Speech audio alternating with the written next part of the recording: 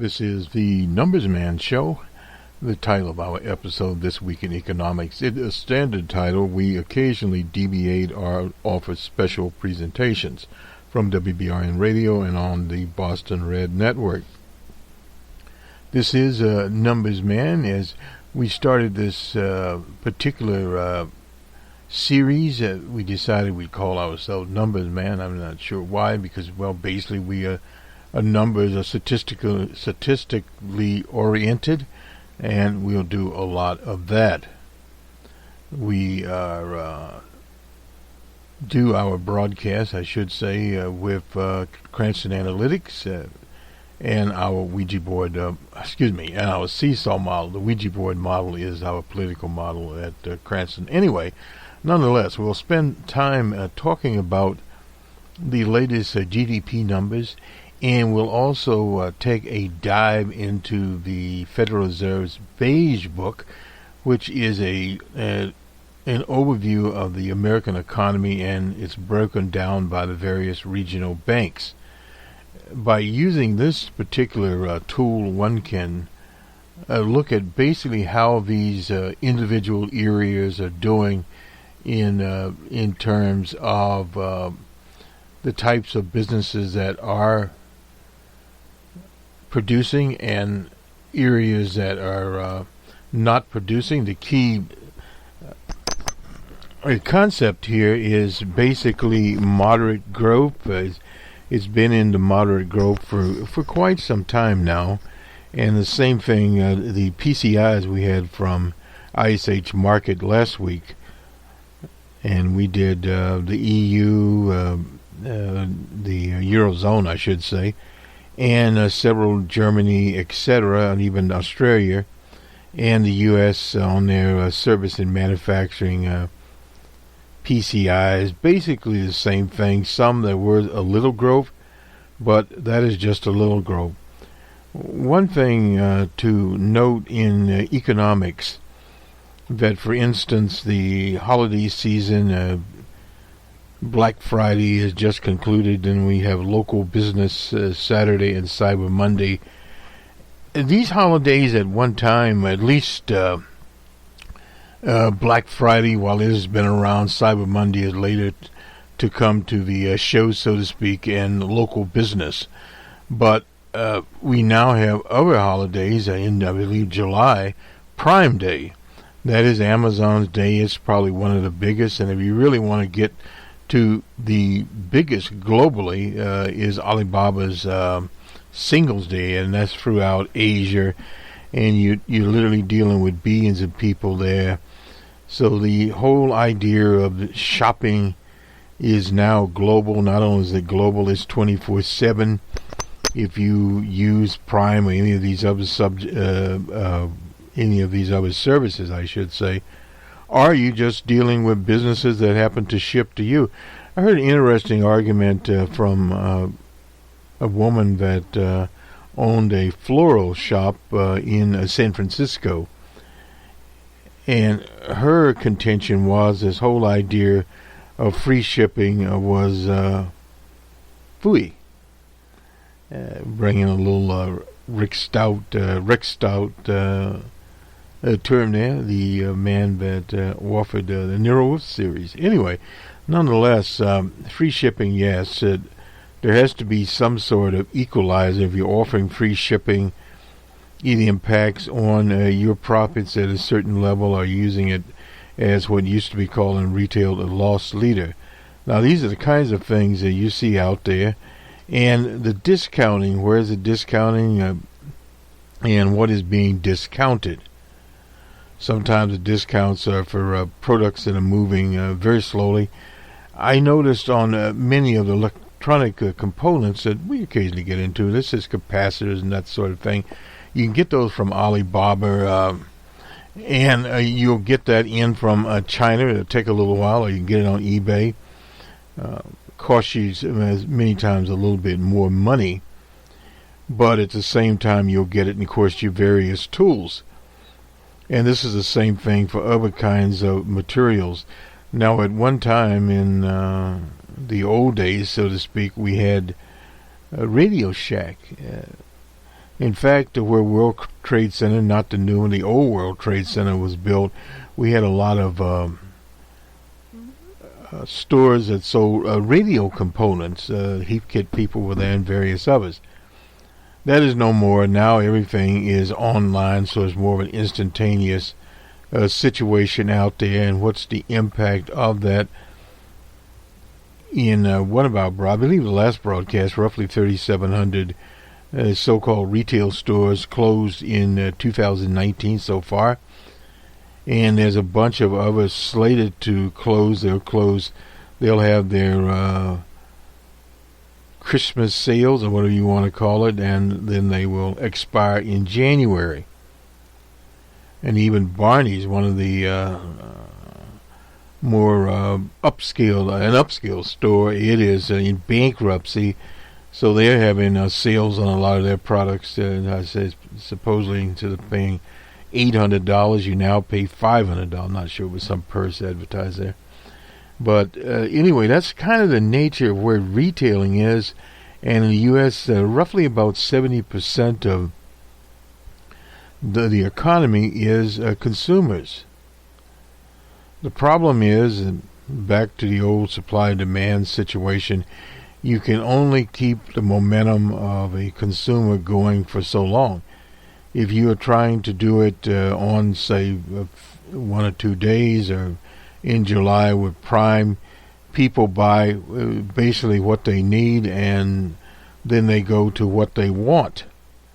Not a lot of impulse buying now as there used to be. There was a story about some young people, 18 to whatever. They like to actually go out to the stores on Black Friday. Black Friday foot traffic is down. Now, Adobe Analytics, I think they said it about 15% up in terms of traffic this particular Black Friday. But Black Friday itself, there's a lot of skepticism there as to why the stores should devote the overtime and the various things they're devoting to it, how much how profitable it actually is. And that, of course, be scrutinized this holiday season. But the full effects of whatever the Adobe Analytics, Adobe, of course, used to make primarily a PageMaker and several other programs you use to lay out graphics, literally. And they also have, they still, I believe, have the Adobe program that you use with audio. I think it's called, is it Elements? Anyway, but all that is in the clouds now. So Adobe is where it is. They're in the analytics business. There are a lot of people in the analytics business. I know when we went into the analytics business, we used to have economics.com. Now, that was Mark Zandi. He was, of course, bought out by Moody's Analytics, where he is one of the best economists in the country. And now you have hundreds or thousands of these .com this and .com that, and they all do some form of analysis out there. So there's many places people can get their analytics, not only the analytics, but also the actual interpretation of it. Now, Adobe, when you are doing your various searches, they are there. They get that information as to where you are searching, and they try to put together a picture along with hundreds of others. And they also, this broadcast, yes, they record how many people will access the various servers at throughout the world, from our servers in New York in this case, and in Boston and wherever else they are, in city, you name it, they are there. So this is kind of the story of the economic picture. One other thing before I get into the GDP figures. Warren Buffett, the sage of Omaha, his Berkshire Hathaway organization wanted to buy Tech Data. Tech Data used to be, when I did reselling, and also when we were doing other kinds of IT things, as an integrator, we bought product from Tech Data, and then Tech Data went into offering such things to resellers, and a lot of smaller resellers that they offer these to, cloud services, etc. One of the big things there. But to get the story a little bit shorter, Berkshire Hathaway organization offered $5 billion for them, because with an organization like Berkshire Hathaway, they could expand their services, these cloud services. But they were outbidded by, I think it was Apollo, one of these many funds that are out there, and they buy up things now. If they cannibalize Tech Data, who knows? Possibly so, because there's just simply not enough integrators and resellers out there as there used to be. They sold a lot of different things. Software was a big thing, and not as big as the other one, or well, 2 or 3 larger ones, but they did have that footprint, and also switches and that sort of thing that you use, servers, you name it, they had it. Well, there's fewer servers now, and definitely they're not selling very many personal computers out there, or that sort of thing. And because of that footprint, they moved to cloud services, etc. The question I would have is that you have many of these, Amazon, you can just simply use your plastic and you're on Amazon's service, or you can go to the IBM service, you can sign up there, or you can go to the Microsoft service, and there are hundreds of smaller ones that have these data centers, and you can rent space. Not only can you rent space there, you can also set your server there and establish your own situation. In fact, we deal with an organization that has servers in downtown Los Angeles, Iraqs they call them. Anyway, you have all of that sort of thing going on out there, and then you have people like Ubuntu, Canonical. They are getting into the cloud business. You don't hear the advertisement much, at least amongst resellers, aggregators, etc., about the clouds, about pushing this cloud concept. Some were in, some have dropped out, some have been bought by other people that wanted to go into cloud and never made it into cloud. So my take is probably Warren Buffett and Berkshire Hathaway are better off not to have purchased Tech Data, because although Tech Data has a future, it is going to be a rough road, because you're going to have a lot of shaking and baking to be done there. I thought we'd throw that in. We used to do a program on the economics of IT, but this is macro. Let's go now to GDP, something we know.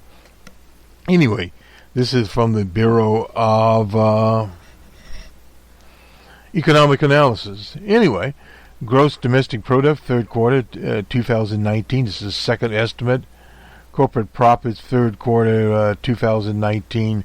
And the preliminary estimate, anyway, gross domestic product increased by an annual rate of 2.1% in Q3. And according to the second estimate released by the Bureau of Economic Analysis, in the second quarter, real GDP, increased 2%. Now, there's a difference. The GDP estimates released today is based on more complete source data than was available for the advance issued last month. In the advance estimate, the real increase in GDP was 1.9, with the second estimate in the third quarter upward revisions to private inventory, non-residential fixed investment and personal consumption expenditure, that's PCE, were partially offset by downward revisions to state and local government spending. Something to note, that trend has started, if you recall, during the Depression era, you had state and local government, it was up there, period. Okay, let's get down here. The acceleration in real GDP in the third quarter reflects upturns in private inventory investment. Exports, residential fixed investment were partially offset by deceleration in federal government spending, state, local government spending, and a large decrease in non-residential fixed investment. Real gross domestic income, that's GDI, increased at 2.4% in the third quarter, compared with an increase of 0.9% revised in the second quarter. The average real GDP and GDI, a supplement measure of economic activity that weighs GDP and GDI, increased 2.3% in Q3 compared with 1.4% in the second quarter. Current dollar GDP increased at 3.8%, or 201.8 billion in the third quarter, to a level of 21.54 trillion. So in other words, the economy of the U.S. is a $21 trillion economy. In the second quarter, GDP increased at 4.7%, or $241.4 billion. The price index for gross domestic purchases increased 1.4% in Q4 compared with Q3, compared with an increase of 2.2% in Q2. PCE price index increased at 1.5% compared with 2.4% excluding food and energy products. PCE price index increased at 2.1% compared with an increase of 1.9%. Okay, this is actually looking at the scale here. Real GDP was 1.9 in the advanced estimate, and it's 2.1 now. Current dollar GDP was at 3.5, and now it's 3.8. And real GDI, is at 2.4. The average of real GDP and real GDI is at 2.3%. Gross domestic purchases price index was the advanced estimate 1.4. It's still 1.4. PCE price index at 1.5 in the advanced, and in the second it is the same at 1.5. PCE price excluding food and energy, in the advanced it was 2.2, and now it's 2.1. So for the second quarter, the percentage change in real GDI was revised from 1.8% to 0.9% based on new available data of private wages, etc. Profits from current production. Now, these are corporate profits with the inventory valuation and capital consumption adjustment increased at 4.6 billion in Q3 compared with 75.8 billion in Q2. Profits of domestic financial corporations decreased 9.8 billion in Q3 in contrast to an increase of 2.5 billion in Q2. Profits of domestic non-financial corporations increased at 7.9 billion compared with 37.7 billion. The rest of the world profits increased at 6.5 billion compared with 38.7 billion in billion. In the third quarter, receipts decreased by 9.1 billion and payments decreased by 15.6 billion. And we'll get our next release that'll be Q4 and the annual 2019, Q4 of 2019. That will be on the 30th of January 2020. And that's the advanced estimate. Second estimate will be on February 27th. And the third estimate will be on March 26th. Same thing for corporate profits. And that will do it for them. We'll get to the beige book here. And let me just check here. I'm not sure deep diving here. We do a little deep diving. This is personal consumption expenditures. The GDP, gross domestic product, in 2016 was 1.6%, in 2017 2.4%, and in 2018 2.9%. Q1 of 2015 was 1/10%. First quarter of 2016 was 2%. Second quarter of 2016 was 1.9%. Q3 of 2016 2.2%. And Q4 it was at 2%. In Q1 of 2017, in the first quarter it was 2.3%. In the second quarter it was 2.2%. It hit the magic 3.2% in the third quarter. That was 2017, and 3.5% in the fourth quarter. Then in 2018, it was remember we had the large tax cut then. It was 2.5% in the second quarter of 2018, and in the third quarter of 2018 it was 2.9%, and the fourth quarter things sort of went very cold at 1%. And in the first quarter, that was Q1 of 2019, it was 3.1%. And then, of course, we went to 2% in Q2, and in Q3 we have 2.1%. There we linger. Anyway, personal consumption expenditure in 2016 is 3.6%. That was for goods. And in 2017, 3.9%. In 2018, 4.1%. And 2015 was 1.5% there. And for durable goods, 6.1%. That was in 2016. 2017, 6.9%. 2018, 6.3% there. And non-durable goods, 2.4%. 2016, 2.5% in 17. And 3 in 18. That's full effects of the tax cut and various other machinations playing out there. And services in 2016 at 2.3, and 17 at 2, and 18 at 2.5, and it was 2 in 2015.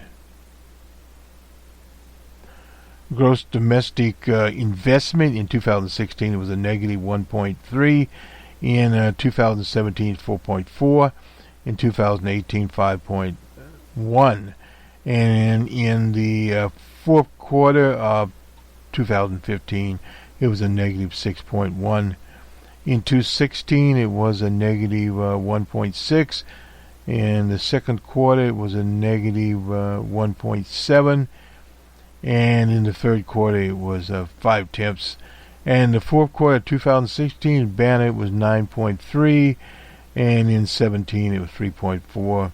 In Q1, Q2, 3.6, and finally hit a 7 in Q3 of 2017, back to 4.7, and in 18 it was 6.2, and it was a negative in 2018.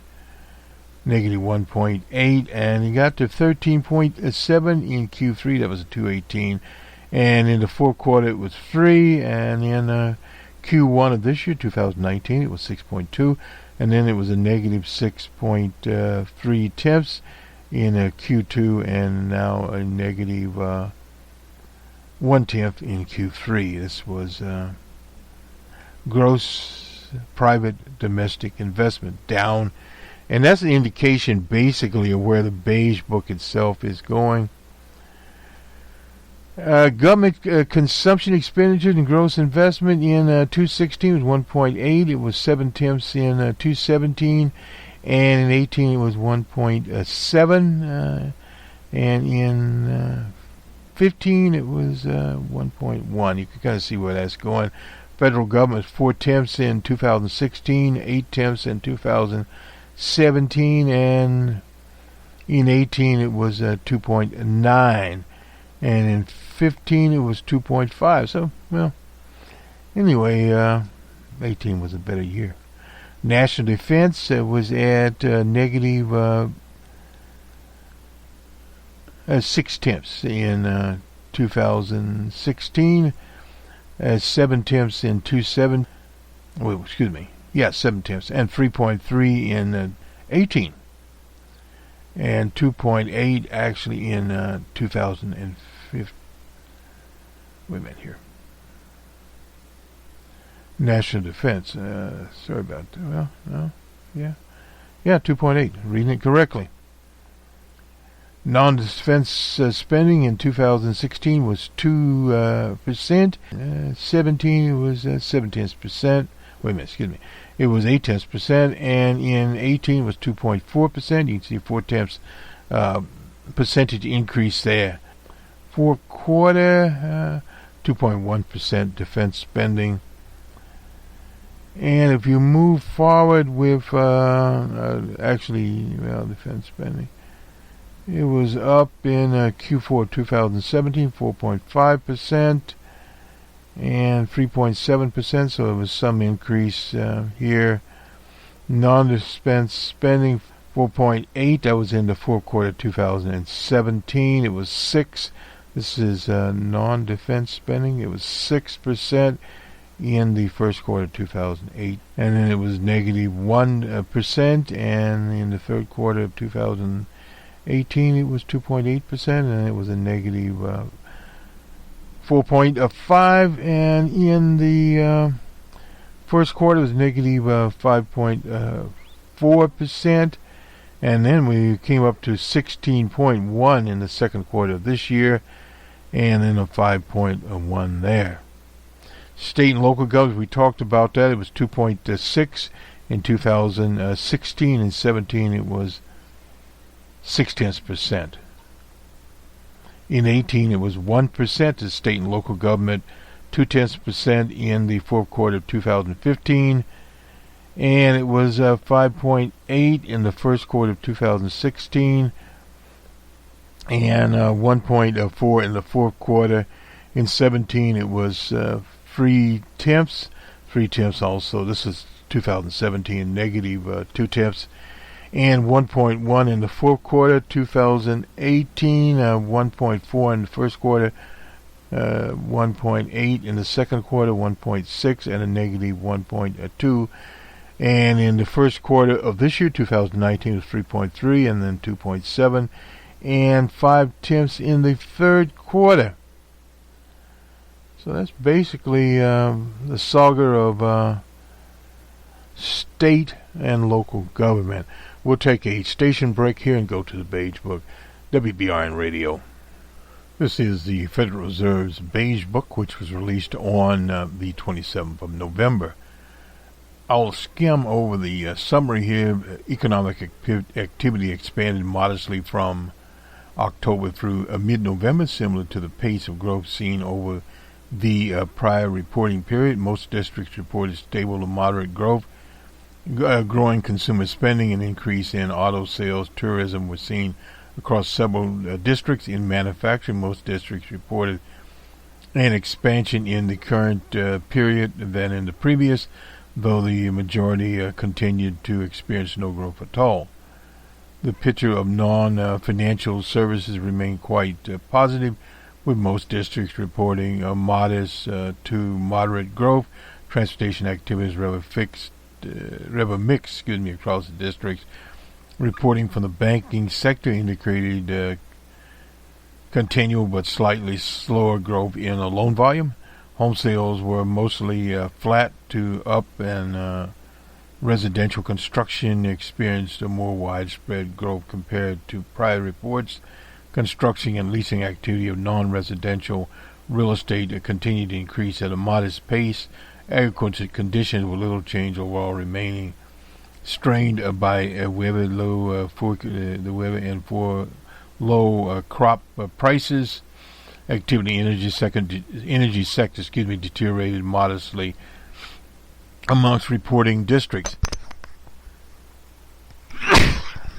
The outlooks generally remained positive, with some contacts expecting the current pace of growth to continue next year. Wages and salaries, most employment wages, Employment continues to rise slightly overall, even as the labor market remained tight across several of the districts. Note relatively strong job gains in professional technical services as well as healthcare. Reports were mixed. Employment in manufacturing, with some districts noting rising head counts, while others noted stable employment levels. One district reported layoffs. The shortage of workers spanned most industries and skill levels, and some contacts noticed in their inability to fill positions. Was constraining business growth. Moderate wage growth continues across most districts, with pressures intensified for low-skilled positions. Now, prices rose at modest pace during the reporting periods. Reports regarding input costs and selling prices in manufacturing sector were mixed, with some districts noting a deceleration in prices, while others cited increased cost pressures, a few little to no change at all. We start out in Boston. Economic activity expanded at a modest to moderate pace as business and consumers headed into Q4. Prices were largely stable and hiring steady. The outlook were mostly positive, and improvement since the last round. In New York, there was little or no growth in the region's economy.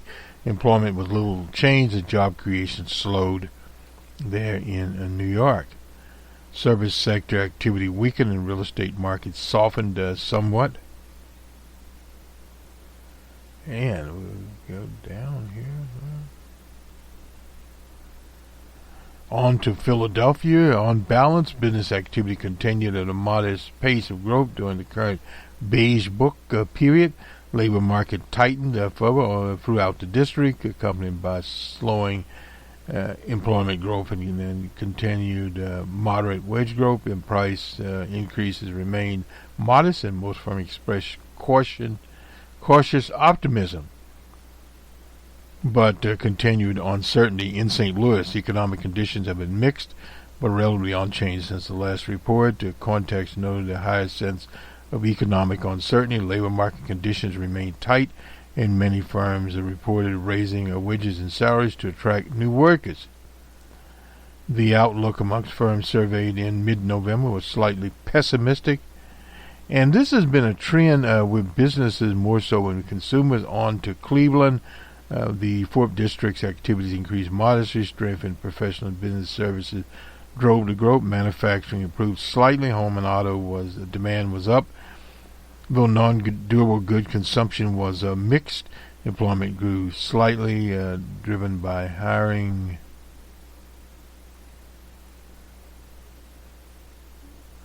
Hiring in professional and business services. Wages rose modestly. Overall selling prices increased modestly. On balance. On to Minneapolis, District 9. Activity grew at a modest pace. Employment grew slightly. Labor demand remains healthy, but some softness was evident. And labor supply remains tight. Nonetheless, consumer spending rose in increase seen in air traffic, vehicle sales, manufacturing contrasted with reports of shrinking backlog. Construction and real estate market reported hefty activity. Oil drilling, that would be in the Dakota part of it, decreased slightly. Strength in professional business services and manufacturing improved slightly. Home and auto demands was up, although non-durable consumption was mixed. Employment grew slightly, driven by hiring in professional and business services. Wages rose modestly. Selling prices increased modestly. On balanced. Richmond. Economic growth moderated. Manufacturing saw a pickup in shipments and new orders, but continues to face constraints from tariffs and trade. That word creeped in here. Tourism remained strong, while reports on retail sales were mixed. Financial and non-financial services experienced positive but mild growth. Labor demand strengthened, while wages and price growth remained moderate overall. On to Kansas City. Activity was flat, and that in Kansas City district in October and early November. Consumer spending edged down as sales in retail sector rose but fell in auto, restaurants, and tourism. Professional and high-tech services wholesale reported rising sales, while transportation contacts noted a decline, and overall conditions in energy, agriculture, and manufacturing remain weakened. On to Atlanta. Conditions improved modestly. Tightness in the labor market persists. Low skill wage pressures increased, and you see more and more of this after the fight for 15. Non-labor input costs rose. Retail sales and tourism were stable. Residential real estate improved, and commercial real estate activity was positive. Manufacturing activity accelerated further during the reporting period. Dallas activity continued to expand modestly. Growth remained solid in services and retail. Downshift slightly in manufacturing. Home sales remained on the rise, while energy activity continued to decline. That is a song being sung, and this is Texas and Dallas. Selling prices were largely flat as firms' ability to pass through costs increase remained limited. Hiring continued at a steady pace. Outlooks were generally improved, though uncertainty remains elevated. Chicago. Employment, consumer spending, manufacturing all increased slightly. Construction and real estate activity was little changed, while business spending decreased slightly. Wages and prices rose, and financial conditions improved modestly. Poor weather added to difficulties of farmers. San Francisco. Expansion at a modest pace. Labor market remains tight, and wage growth was modest. Reports on price inflation were mixed. Sale of retail goods increased somewhat. Consumer and business services activity was solid. Pace of commerce in the manufacturing sector was little change. Activity in the agriculture sector was mixed. Activity in the residential and commercial real estate market expanded modestly, leading to lending future there. That's typo. Anyway, that's okay. Take a deep dive into the Boston. Both retail and manufacturing reported modest to a moderate increase in revenue compared with a year earlier, as did staffing firms. Reports from commercial real estate markets were similar to the last round, with greater strength in Boston market, while in Hartford was studied at a lower level. Residential real estate sales and prices were up in most of the area. Labor market remains tight. Staffing firms noted that some substantial pay increases there. Employment wages, retail contacts reported having no problem hiring staff, or having difficulty only for select positions. By contrast, several manufacturers noted that hiring was difficult and that labor costs had risen, and at the same time manufacturers reported no major positive revisions to hiring plans. Staff respondents saw strong demand for labor and continued to experience a tight labor market. Most staffing contacts were able to increase billing rates and pay rates concurrently, ranging from 4 to 20%. One held rate changed for the quarter. And let's see what is on our holiday season here in Boston. We obviously won't do all of these, but we can do a few. Both rates unchanged anyway. Prices, business contacts had little to say about prices. Retailers mentioned no pressure, and most manufacturing contacts reported no unusual pricing patterns. Consumer spending. Retailers consulted for this round of the report. Year over year, compared with store sales in the mid-single digits. Total revenue increased, including expansion activities, were in the high single digits and the lower double digits. Sales expectations were optimistic for the holiday season and beyond, while the underlying trend in terms of economic fundamentals was reported strong. One retailer reported that the intermediary firm that paid their import duties on some European luxury goods recently announced that the rates it charged will be going up substantially. Now, this is the European part. Passenger traffic to Logan International was up 2.3% for domestic travel and 11% for international travel. Good year. September compared year over year with a year earlier. Airlines continue to add flights. The 2019 cruise ship season has ended with a home port passengers count up 15%. Port of call passengers count up 33%. It was a good year. Compared to 2018, business and leisure travel were expected to remain robust in 2020. 8 manufacturing contacts were more positive in this round than in recent past. In some cases, reported their first year-over-year sales growth since 2018. However, parts of the improvement reflected a weak comparative period year earlier. The first half of 2018 was strong, partially because of tax cuts, but tariffs and general trade uncertainties contribute to the weakness in the second. Staffing. Most New England staffing firms reported positive revenue growth in Q3 of 2019, citing high single-digit year-over-year increases. Some expected healthy growth in the last quarter, Q4.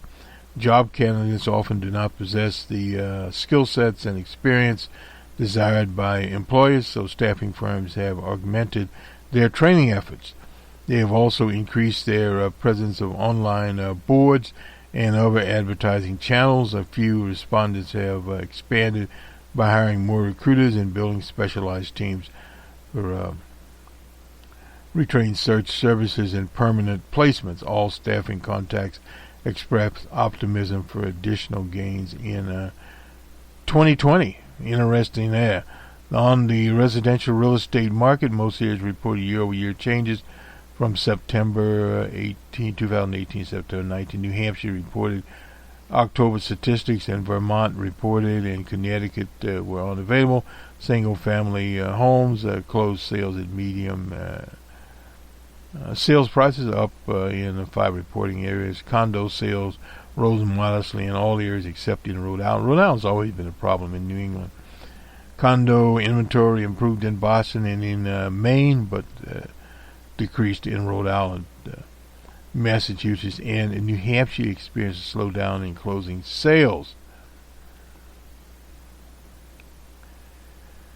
In New York, there was little to no growth in the second district's economy. That kind of tells it all right there. The labor market has remained tight across the district, but hiring has slowed. This is in New York. 2 major employment agencies note that almost all job candidates are already working, and many are reluctant to switch jobs, particularly in this time of the year. Businesses overall continue to report little change in staffing levels as job creation slows. Looking ahead to the next 6 months, businesses in manufacturing and most service sectors are still planning to add staff. However, businesses in information, finance, it's not good for New York City, and transportation sectors project modest declines in employment. Business overall reports that wage growth had moderated slightly in the last reporting period. Price. Businesses in most sectors reported that input costs deteriorated while selling prices continue to rise at a modest pace. However, contacts in wholesale and retail trade continue to note most widespread escalation in prices they pay. Contacts in leisure and hospitality sector, however, continue to report steady declining prices. Prices for Broadway theaters, tickets, for an example, have edged down and are slightly lower than a year ago. Well, that's good. We maybe go see a play. Looking ahead, there was not much of a change in business. Consumer spending, retailers reported that sales have been steady to soft since the last report, were lukewarm in expectation on near-term outlook. Upstate New York retailers note that some pickup in shopping traffic and sales activity, reflecting heavier and earlier sale promotions, but noted that the pace of growth remains modest. Most stores indicated that inventories were in good shape heading into the holiday season. Manufacturing business has remained flat. All contacts in these sectors have expressed ongoing concern about trade tensions related uncertainty, as well as rising minimum wage in New York. About time. Real estate and construction. Prices of New York City condos and co-ops have continued to trend lower and are now running modestly below compared to 2018 levels, with steep declines at the high end of the market. And in Manhattan, a local real estate expert noted a precipitous drop in the share of cash purchases at the high end of the market, which is seen as a sign that investors have largely left the market.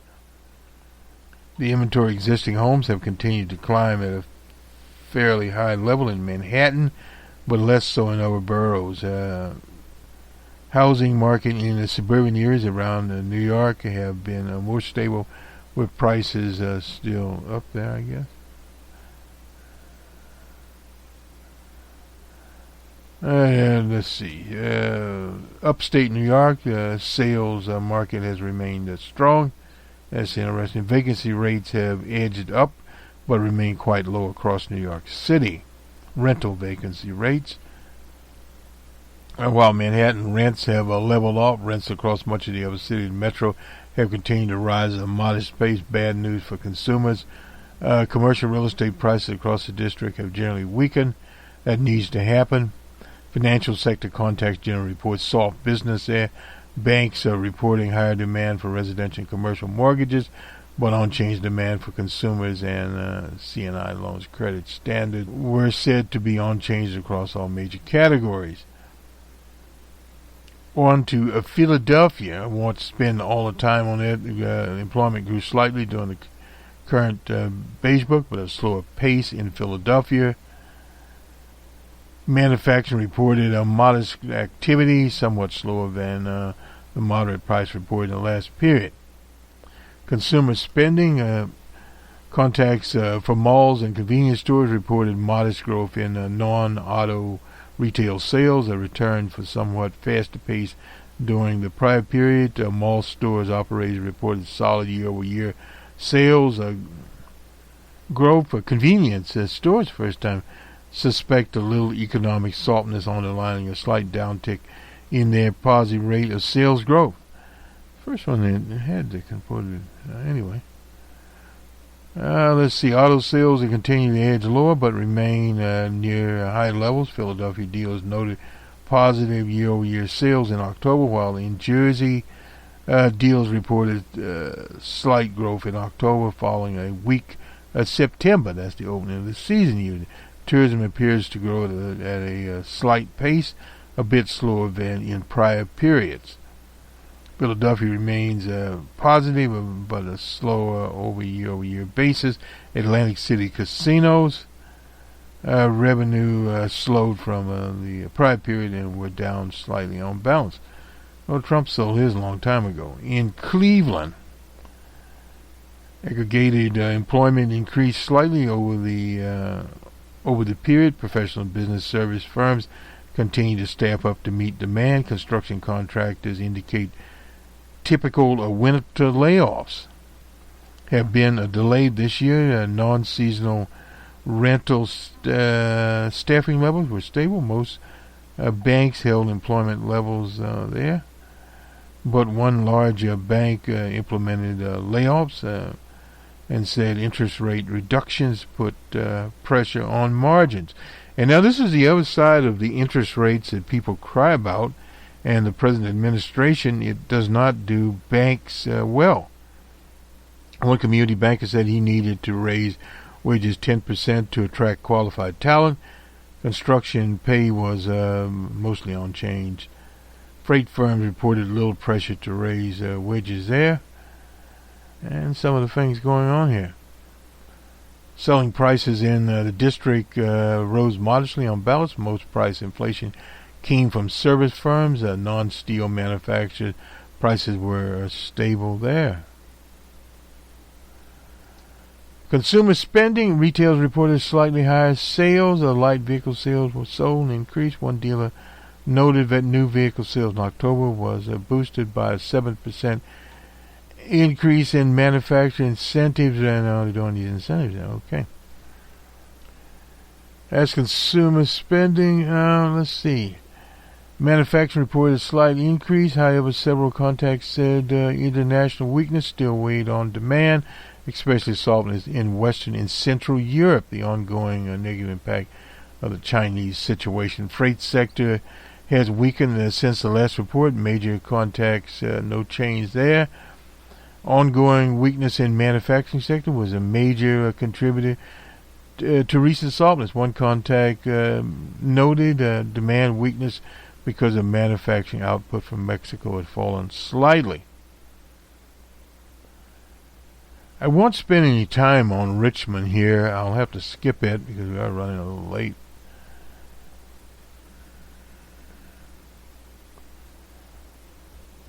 Atlanta, we'll look at this. Firms continue to report that staffing levels were in line with projections of flat to slightly higher growth in payrolls, as reported last year. Exceptions were in retail, trade, logistics, where labor force reductions were noted. Consequently, firms continue to pursue automation of certain operations. This is the first time the word automation has creeped in. Attracting and retaining talent remains another labor market challenge. Employers continue to explore innovative recruiting and retention methods. Annual wages increased on the average, remaining in the 3 to 4% there. However, contacts note that wage pressure continues to build for low-skilled positions. Well, the problem is there are fewer and fewer people available in the low-skill positions because they have 3 and 4 jobs, and that does cause a problem. Consumer spending and tourism. Retail has noted that consumer spending remains strong. Retail sales levels were studied since the last report.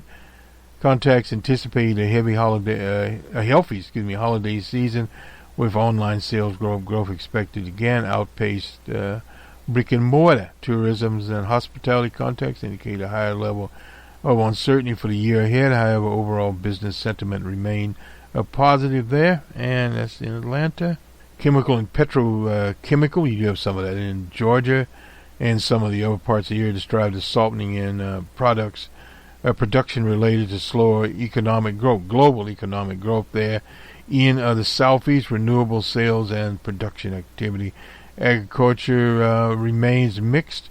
Reports indicate the district, particularly in Georgia, but also in large parts of Alabama and the Florida Panhandle and Tennessee, experienced drought conditions ranging from abnormally dry to extreme drought. The November forecast for Florida's orange and grapefruit crops was unchanged from last month, but ahead of last year's production. Year-over-year prices paid to farmers in September were up for corn, but down for cotton, rice, and soybeans, beef, broilers, eggs, and however on a year-over-year basis, prices increased for cotton, rice, soybeans, but declined for corn, beef, broilers, and and eggs. In other words, little chickens, I think. Yeah. Chicago. Hiring continued to be focused on professional, and this is the same basic thing we hear, and technical services and production workers added here.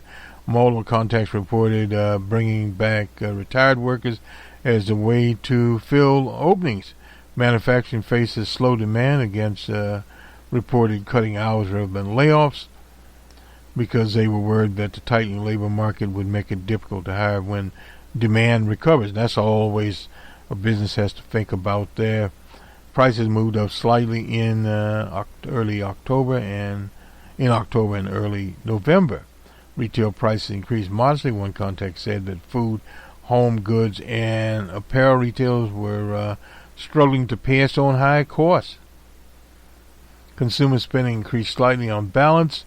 Non-automobile retail sales declined slightly as declines in apparel, appliances, furniture outweighed gains in groceries, home improvement, hospitality, lawn and garden sector. Light vehicle sales increased. The UAW strike had limited efforts of GM vehicle sales on net, with a decline in sales in October offset by a pickup in November. Well, the agricultural part of the district, early frost and snow further delayed this year's harvest and diminished yields. In addition, contacts expressed concern about crop quality, especially with short of propane supplies. I've heard something about that. With limited amounts of crop drying, farmers could do. Corn and soybean prices were down from the previous reported period. Needlessly low expected yields means crop revenue would be down from a year ago. Eggs, hogs, and milk and cattle prices moved up during the reporting period. Contacts noted that demand for pork from China has grown despite the tariffs.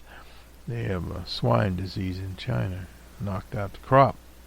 In St. Louis, employment has increased slightly since the last report. On net, 11% survey reported that employment was higher than last year, 41%. On net, expected to hire additional people. 34% reported difficulty finding qualified workers. That's more and more situation there. Prices have increased slightly since the last report. Just 6% of business contacts reported that prices charged to consumers increased. Consumer spending mixed since the previous report. October's state tax collections increased in Arkansas and Kentucky, but were flat in Missouri relative to a year ago. Sales tax in September collections increased in Western Tennessee relative to a year ago. Generally, this is the first time where we got state tax increases in here. Manufacturing was mixed. Agriculture and natural resources. The district remained unchanged. Corn and soybean yield forecasts increased for October, while cotton yield forecasts have declined modestly. All three crops and rice are projected to lower yields than last year. Oh, we get some Egyptian cotton in here, I suppose. Production levels for corn, rice, and soybeans expected to be slightly lower than in 2018.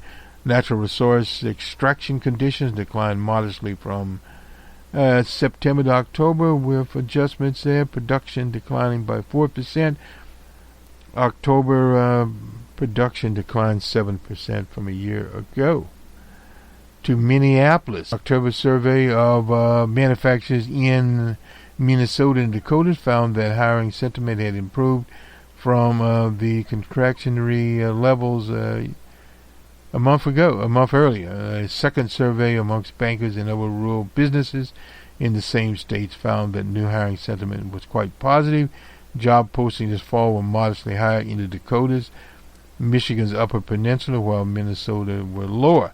A major layoff at a manufacturer in central Minnesota involving more than 800 was seen by some as a contribution to the local labor pool. However, contacts noted difficulty in finding opening positions, including in manufacturing. Many staff contacts reported lower job orders from clients.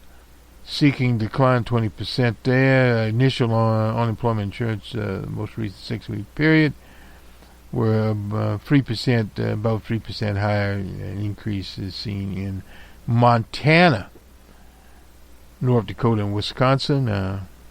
Wage pressures were modest in that district. Wisconsin said 4 manufacturing clients increased wages by anywhere from $1 to $3 an hour.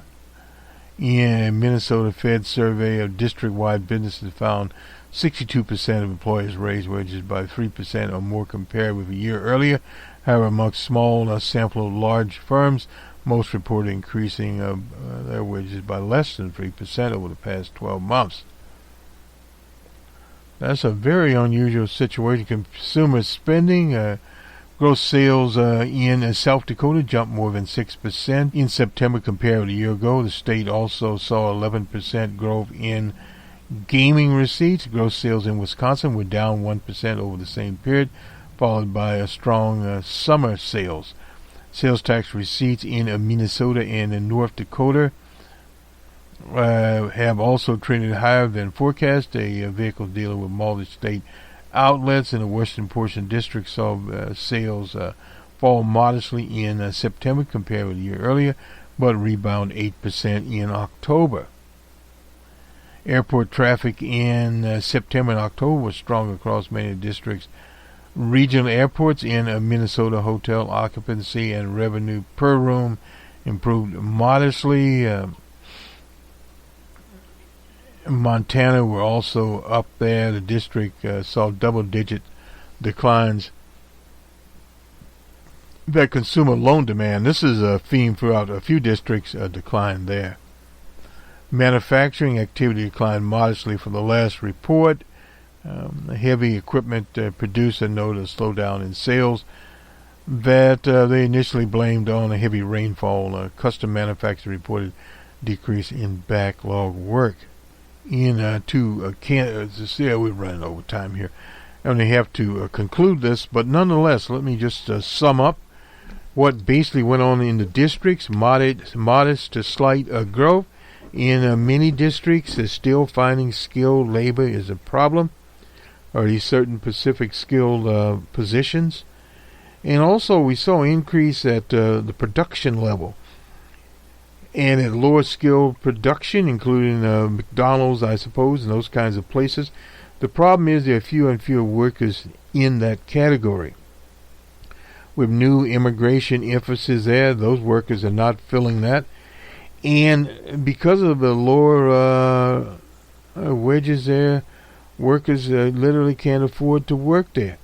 Younger people are either staying at home with their parents, or they're moving in with their friends, and they're working a gig economy. Probably many of those people are going to Uber, Lyft if they can go there, or to other more gig-type jobs, or they're working 3 or 4 jobs, and if you're working 3 or 4 jobs, you're obviously going to take on a 5th job. So that in itself causes some problems. And then, of course, we have demographics there, the number of certain age groups available in these areas to work these jobs. They're not there. So they're bringing back retirees to continue on, at least perhaps part-time, to give them another year or so to figure out what is going on.